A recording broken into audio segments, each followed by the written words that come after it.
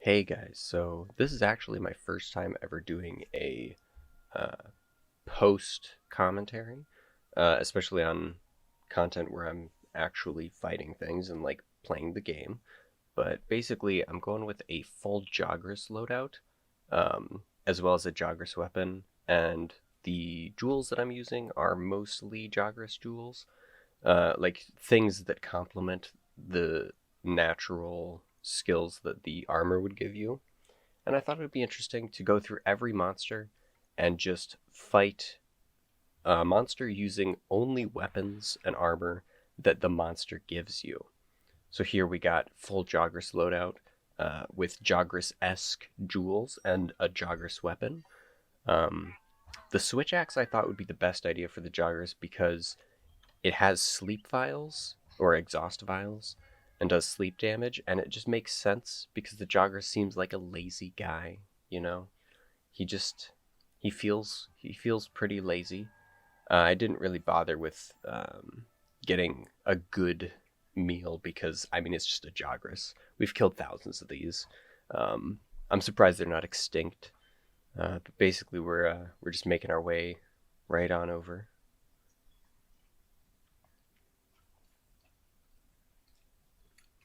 I will note that for most of my loadouts, I'm going to keep my layered armor on, just because I really like my layered armor. It's like everyone has their aesthetic, so my aesthetic is the layered armor, um, and I usually use the Rocksteady mantle. We're not going to make the same mistake that we made with last time I fought a Jogras here. I am going to throw it into that wall instead of try and throw it into a ledge that it'll just run up. Um, Gotta get used to wounding all the early game monsters, because you never really think about it.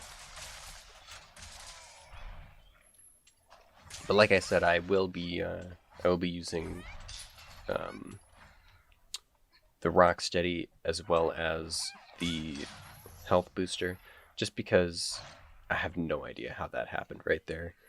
He missed me entirely, and it still forced me into that animation, which is a bit sad.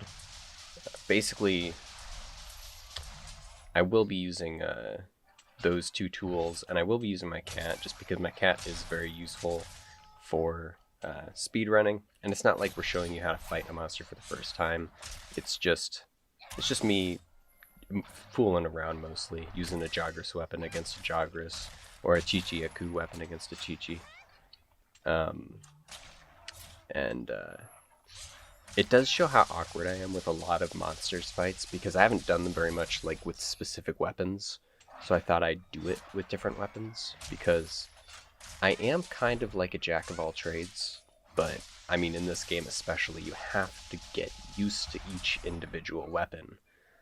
Here I'm for the switch axe I have like that method where you pretty much just go for as many zero sums as possible. And I mean, it works out pretty well, especially with the exhaust, because every time you do it, you're knocking him out further and further, or making him tireder and tireder. Um, Thought it would be a good idea to sharpen right here, because we gotta wait for him to go through the wall anyways. Thankfully, the Rathalos left the area as soon as the Jagras joined, which would normally be really annoying to fight two monsters at once, especially when I'm only trying to fight the Jagras.